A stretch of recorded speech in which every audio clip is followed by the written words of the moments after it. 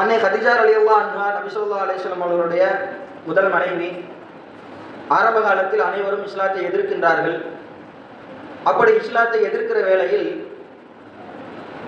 அன்னை கதீஜா ரலியல்லாஹு அன்ஹா அவர்கள் நபி ஸல்லல்லாஹு அலைஹி வஸல்லம் அவர்களோடு பக்கபலமாக உறுதியாக நின்றார்கள். அவர்கள் அல்லாஹ்வுடைய தூதருக்கு எந்த அளவிற்கு உறுதியாக இருக்கிறார்கள் என்றால், அவர் நபித்துவத்தை அடைவதற்கு முன்னரே ஒரு செல்வ செழிப்பாக இருக்கக்கூடிய ஒரு பெண்மணியாக இருந்தவர்கள் அன்னை கதீஜா ரலியல்லாஹு அன்ஹா அவர்கள்.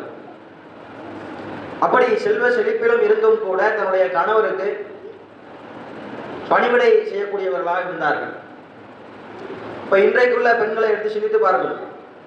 நான் எப்படிப்பட்ட குடும்பத்திலிருந்து வந்திருக்கிறேன் தெரியுமா? என்ன போய் இந்த வேலை செய்ய சொல்லலாமா?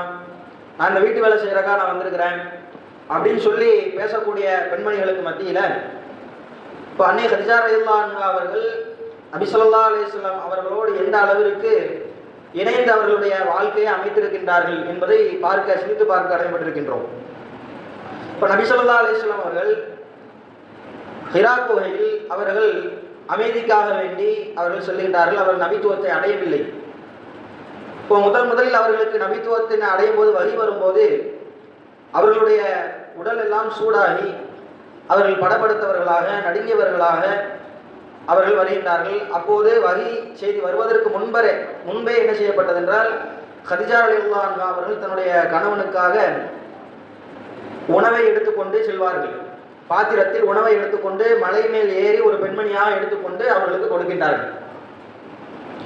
அப்போ இந்த ஹிரா குகையெல்லாம் இன்றைக்கு இருக்கின்றது. அது எப்படி இருக்கிறது என்று பாருங்கள். அப்போ ஒரு மலைக்கு மேலே ஒரு பெண்ணாக ஏறி அவர்கள் தன்னுடைய கணவனுக்கு உணவு கொடுத்திருக்கின்றார்கள். அப்போ அப்படிப்பட்ட ஒரு சூழ்நிலையில் தான் வஹி அறிவிப்பை இறைவன் இறக்குகிறான். நபி ஸல்லல்லாஹு அலைஹி வஸல்லம் அவர்கள் மீது வானவர் ஜிப்ரீல் அலைஹிஸ்ஸலாம் அவர்கள் மூலமாக வேத அறிவிப்பு என்பது வருகிறது.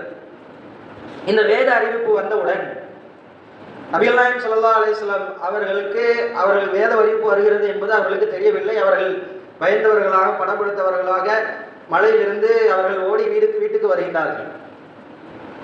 அப்போ இந்த நடந்த விஷயத்தை நம்ம கதீஜா ரலியல்லாஹு அன்ஹா அவர்களிடம் சொல்லுகின்றார்கள். அப்போது அந்த மனைவி அந்த இடத்திலிருந்து என்ன சொல்லியிருக்க வேண்டும்? ஒரு பெண்ணாக உங்களுக்கு இது தேவையா? நீங்கள் ஏன் அந்த மலையில் போய் தேவையில்லாமல் அங்கே போய் இருக்கிறீங்க? இப்போ வீட்டில் இங்கே இருந்துட்டு சும்மா இருக்க முடியாதா அப்படின்னு கேட்டிருக்கலாம். ஆனால் அவர்கள் நீங்கள் ஒன்றும் கவலைப்படாதீர்கள். முதல்ல அந்த பயத்தில் இருந்து வந்தவருக்கு ஆறுதல். நீங்கள் கவலைப்படாதீர்கள், அல்லாஹ் உங்களை அப்படி விட்டுற மாட்டான். ஏனென்றால் அவர்களுடைய நற்பண்புகளை சொல்லுகின்றார்கள். நபி ஸல்லல்லாஹு அலைஹி வஸல்லம் ஜமிலோனி என்னை போர்த்துங்கள் என்கிறார்கள். இப்போ இவங்க சொல்றாங்க, ஒன்றும் இல்லை, அல்லாஹ்வின் மீது ஆணையாக உங்களை ஒருபோதும் அல்லாஹ் என்ன செய்ய மாட்டான், இழிவுபடுத்த மாட்டான்.